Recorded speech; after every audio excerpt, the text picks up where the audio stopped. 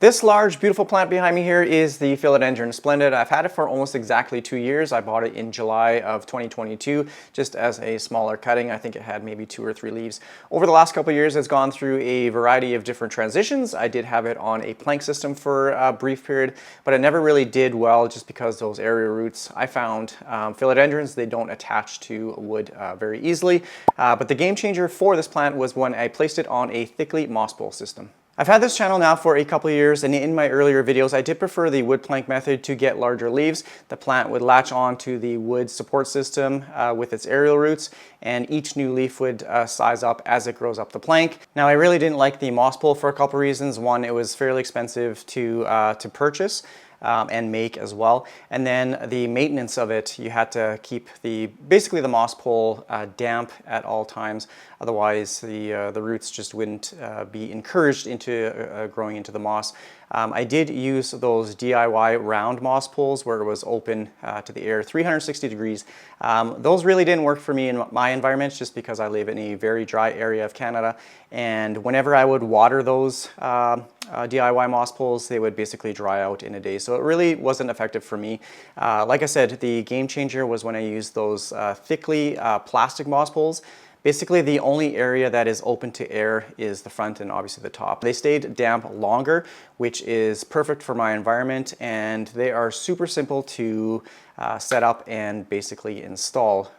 Place the plant on the plank system or the moss poles. So it worked out really well for me, and all my plants are just absolutely loving those poles. So the goal for this Splendid is to do a chop and prop, and I'm going to use my beautiful Hawaiian pothos as an example. This is one section of a THICCLY moss pole system, and as the plant grows up the moss pole, it'll reach the top. So you can add an extension piece, you can add another THICCLY moss pole to the top of this one and let the plant continue to grow up the moss pole. And that's what it's done with the Splendid here. It is on 4 of these THICCLY moss poles. Now obviously every area in your home has a restriction, so you can see it's reached the bottom of the shelf right there, so it can't grow any further, and this leaf is actually popping through. So with this plant, I'm going to chop the stem.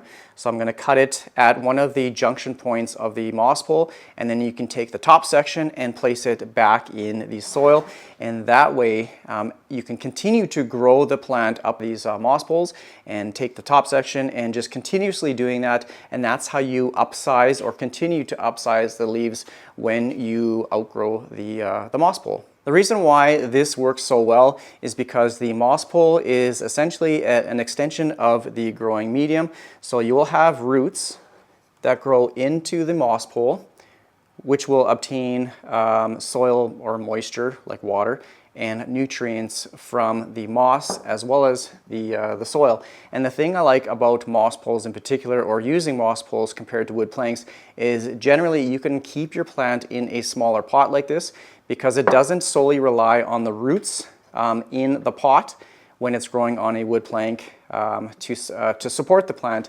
Because when you have a plant on a wood plank, the aerial roots are essentially only for supporting the plant as it grows up the plank, whereas a moss pole, it does provide obviously the support that it needs to grow vertically, but it also provides, like I said, the moisture and nutrients that it needs. I just brought the plant on the workshop table here, and you can see it has a total of 4 extension pieces, or 4 poles. The top one, I did have to bring it down a little bit further into this pole just to accommodate it underneath the shelf, but you can see just the lovely root system that it has growing into the moss here. So it is actually quite top heavy right now. But I think what I might do is cut it somewhere in between the first and second moss pole. So first things first, I'm going to take my nice clean sterile pruning shears. These were cleaned probably about 2 years ago. And I'm going to make a cut just above where this leaf connects to the stem. Somewhere in this area right here, kind of underneath this little sheath, is a growing eye or a growth point. So I'm going to cut just above that. I'm going to hold the stem here so it doesn't fall over, like that. Nice clean cut. Now I'm going to try and separate the moss poles, but one of the problems that you'll most likely run into is the aerial roots from this node will most likely have grown down into the moss or even into the soil. So you might have to make some little modifications by either cutting the roots or just trying to separate them the best as you can. I did water the moss yesterday, so hopefully it's a little bit looser, I guess. If you have dry moss, it would probably be more difficult to try and get those roots out of the moss. The plant is on a little stool just because it was literally touching the roof. But I should also explain why I chose to cut in between the first and second moss pole. Now you're saying that's probably not much growth room because whenever this grows the next leaf, I'm going to have to add another moss pole at the top, and then I'm going to outgrow this area again. Now my thought process was I'm going to make the cut here first, size it up in the pot just to see how it fits in the area. If it is still a little bit taller than I would like, then I can go ahead and make another cut up here. But if I started with this and cut it, and then I didn't like the way it looked on the floor here, obviously I can't put it back together. So that's why I started with this kind of lower cut here first. So now I'm just going to try and separate, and that was actually really easy. And you can see it has only one small root, two small roots growing out the bottom. So that was extremely easy, best case scenario for sure. And then here is my separate. I'm just going to move this out of the way. Just move it so it's getting in the way now. So here is my entirely separate Philodendron Splendid. Okay, I'm running out of space to work on my plants. I ran outside quickly and grabbed this plastic nursery pot, and I already kind of quickly sized it up, and I think I'm okay with the 3 support systems underneath the plant shelf here. So if I did cut it in half, it would look kind of silly because it would only be halfway up there. So I am going to keep the 3 poles, and yeah, it'll be fine. I'm just going to place this at the bottom of the pot with the pole, with the moss pole at the very back. This is just what I like to do, simply for support, just so that the moss pole doesn't get wobbly or anything like that. So you can lean it back up against the pot because it is, oops, kind of a tapered pot. And then at the bottom here, there is a leaf that does go below the soil line. So I'm actually going to cut this one off just because I don't want it to rot down the road. So now I have a section that looks like this. Now all I have to do to complete this little project is simply add in soil. So I'm going to be using the Molly's Aeroid mix, and I am, this is ridiculous how big this is. I'm going to be adding a little bit of soil in the bottom of the pot here first. I'll leave the link in the description of this video for both these products. VeryPlants, I do have a discount code if you're wanting to try it out, and then I'll have the link for the THICCLY moss pole as well. So I'm just going to add a little bit of soil into the bottom just because it is tapered in here as well. So I want the pole to be sitting on a nice flat surface. So I'm just going to put a little bit in the bottom like that, and then without blocking the entire view, I'm going to try and place this in the pot. Now, a lot of people like to remove the moss at the bottom here and add in some soil. I'm not going to go through that mess. The reason for that is when this portion is in the soil, it'll stay wet for longer than the portion that is kind of above the soil line. So there's more chance for rot if you have moss kind of below the soil line. So now I'm going to try and hold this pole and add soil in to the point where it doesn't want to fall over. And you don't really need a large pot because there's virtually no roots in the soil right now. But what I'm using this pot size for is simply for stability. If you place it in a pot that's too small with a large plant that is extremely top heavy like this one, then you're going to run into tipping issues. So I'm just going to pack that down really well. I'm not damaging any of the roots. And I'm going to be adding a little bit of soil at the back here as well. I want it leaning slightly back. I'm not holding it anymore, so it is maintaining balance on its own. And I'm just going to add soil at the back, pack that down, making sure, again, it's got a little bit of a slight lean to the back. I've had some moss poles and planks that if they're leaning forward, when the plant continues to grow, obviously it's going to get larger and it's going to weigh more, and they tend to want to fall forward. Okay, this thing, it's huge, it's massive. I absolutely love this plant and I'm really happy with how it turned out.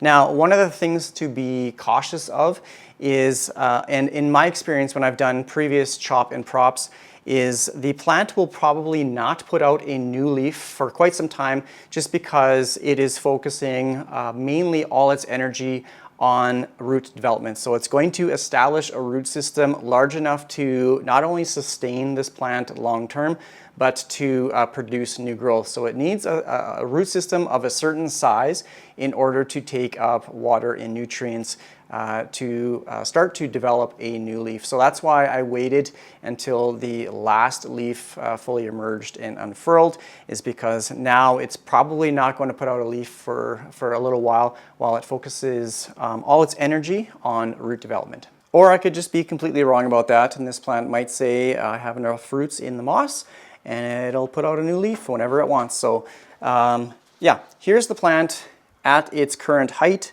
You can see I do have room for another moss pole extension, but if I had it a little bit lower, I think it would just look really awkward. And then here's the view from the front of my plant table. So you can still see the large leaves like in my videos, but definitely there's a little bit of a gap at the top there, and I'm hoping I got a majestic back here that is getting another new leaf there as well, or it just put one out. So I'm loving how this area is looking, and I'm glad that I went with that height selection.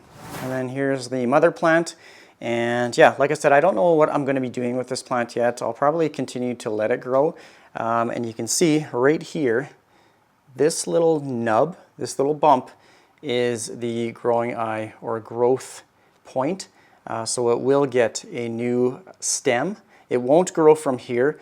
It'll push out or activate this node right here, and it'll push out an entirely new stem, and then you can continue to grow it up another moss pole system. So I hope you enjoyed today's chop and prop video. Now I have another Philodendron Splendid. I actually have 3 now.